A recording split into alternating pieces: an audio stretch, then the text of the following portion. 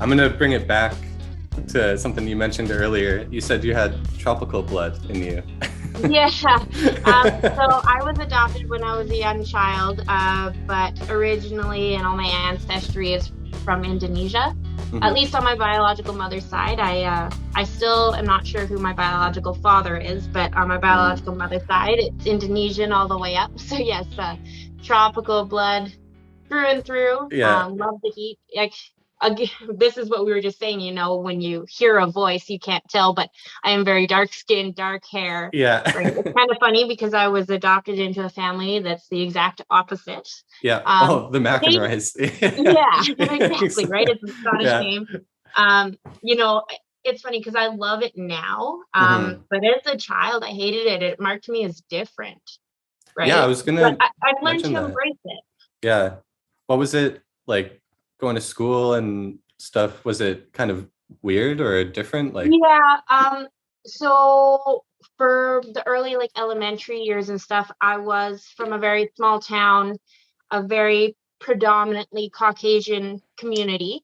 mhm. Um, most people there, blonde hair, blue eyes, Yeah. kind of very fair skinned. There's a few people that, had the darker hair, but still very fair skinned. I was definitely the literal black sheep of the Yeah. the family of the community. Yeah. Um, it's kind of sad actually. My parents tell me a story. I think I was about 5 years old. There was one summer I would go and I'd roll in the sandbox, so I was white like the rest of my No family. way. Oh, But kind of funny. yeah. Now I'm the jerk that we do our Mexico trips and stuff as a family, right? And we'll go down there and they're all burnt to a Yeah. crisp in the first hour, and I'm like, I'm just starting on my tan Yeah. lines.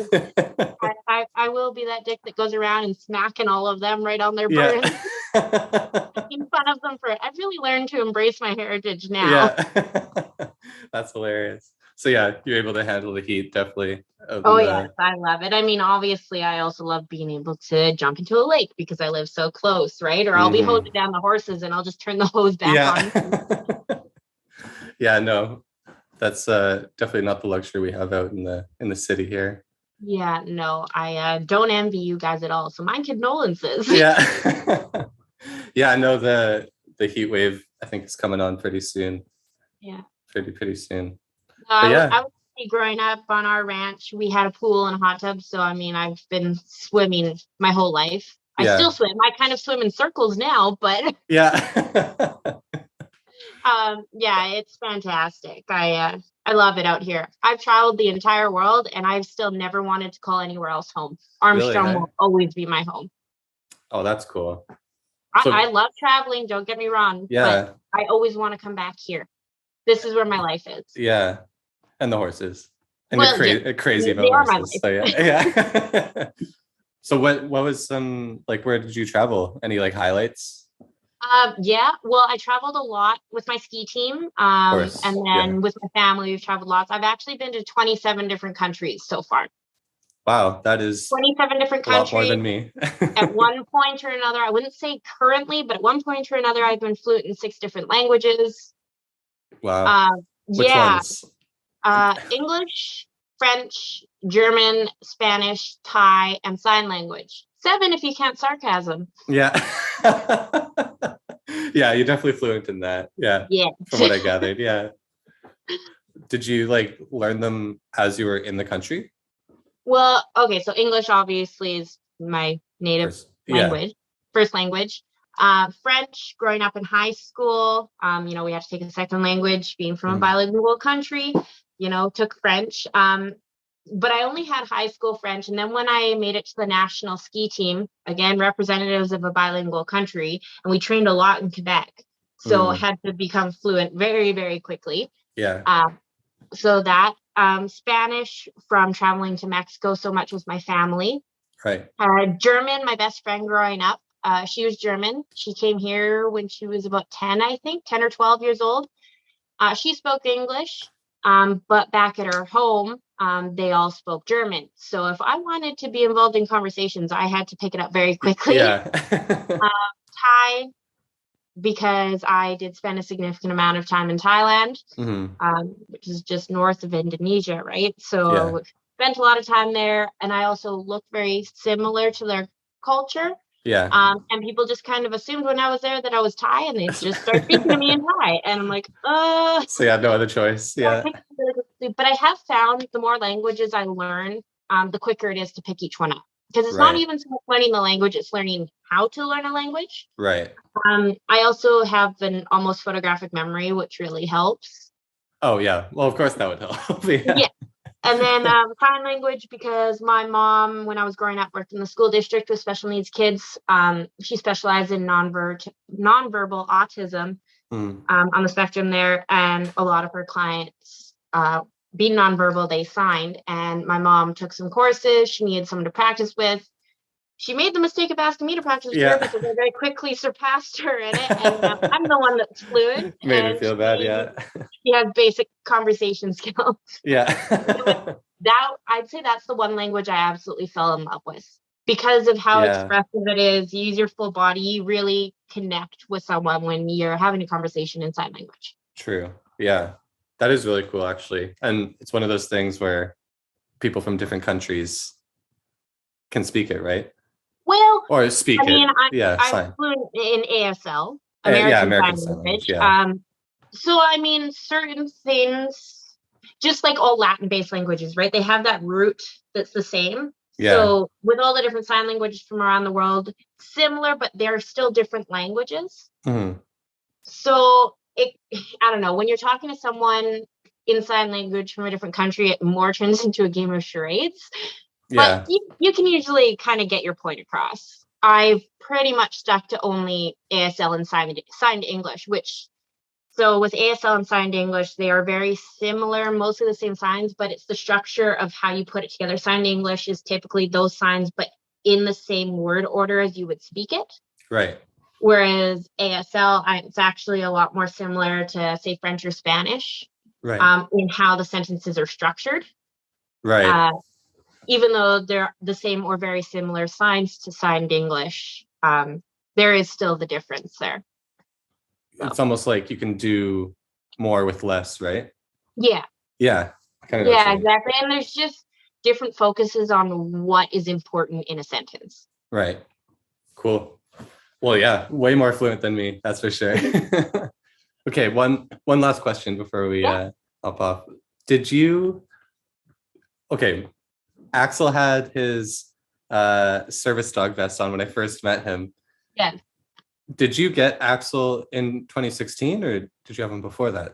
No, I got him. Oh no, because he's young. He's super young. Yeah. Yeah. So he's almost 4 now. I got him at the end of 2018. Okay. It does take a while for them to go through the program to get certified and stuff. Yeah. Right. So yeah, I got him after the original amputation, but I've had him throughout this most recent one. And he's been absolutely instrumental in my recovery and keeping my sanity. Totally, yeah. Or again, as much sanity as a horse girl can have. Yeah. Way to bring that back around, yeah. Yeah. What was that first week like with him? The first week, like when I first got him, or the first week after the amputation? Oh, when you first got him. I mean, it was definitely an adjustment. Yeah. He had his training, he was so good, but I do have other dogs. Well, now I have 2 other ones. At the time I had one other dog. Yeah. And him coming to my home, kind of getting settled in, getting used to my other dog. Now they're best friends, they're inseparable. Yeah. My other dogs aren't service dogs. They're working, ranch dogs and they're pets, but they're not service dogs. So it was an adjustment. I never really asked anything of him service wise for that first little while, because I just wanted him to kind of settle in, not be stressed. I did get lucky with him. He knows when his vest is on, he's working. The vest comes off, just go be a dog.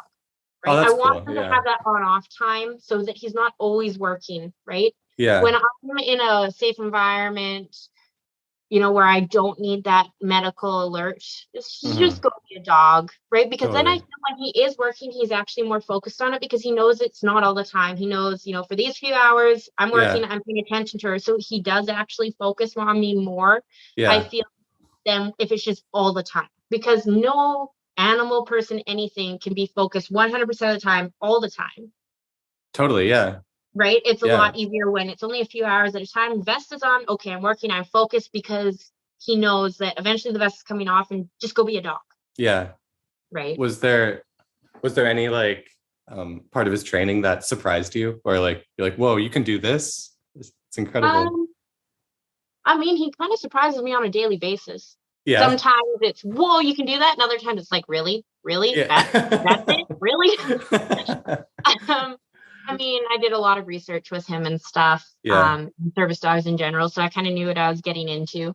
Mhm. Honestly, what surprises me is how much of a different dog he is when that vest is on versus when it's off. When the vest is on, he's super smart. He's super Yeah. well behaved. But it's like he focuses all of his brain cells on the service aspect of his life. Because Yeah.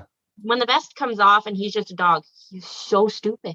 Like, I love that Yeah. dog, but it's like the few brain cells he has, he's used for the service end of things, because Yeah. when he gets to shut that off, like, he plays, he runs into door frames, he Oh my face gosh. plants off the couch.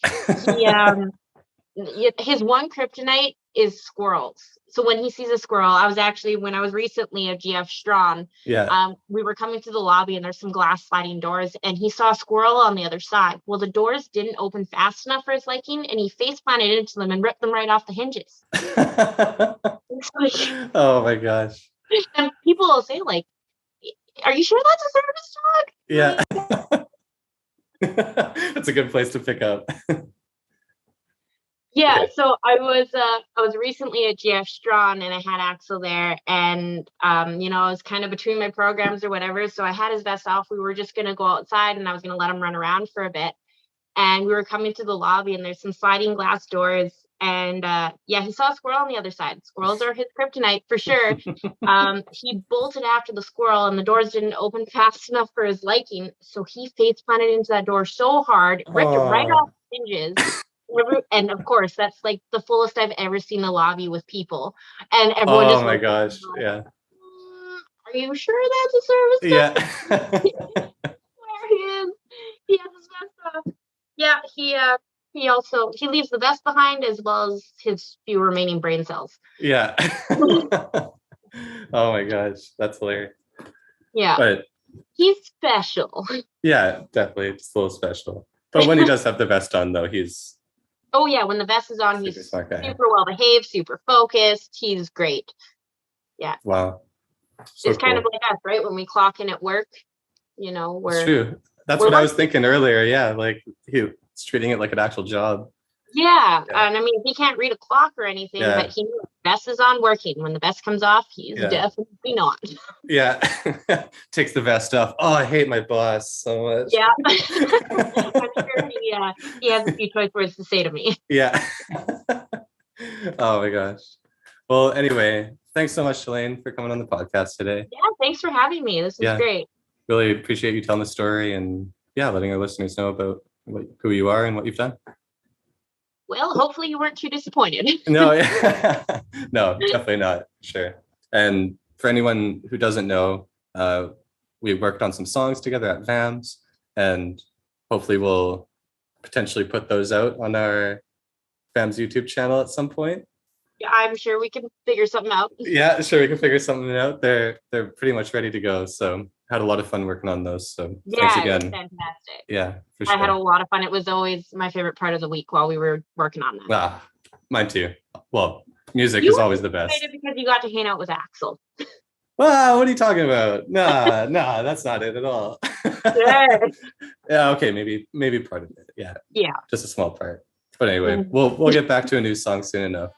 Yes, that'd be great. Awesome. All right, Chelaine. Well, talk to you later, and thanks again. Okay, sounds good. Thanks, Brian. Okay.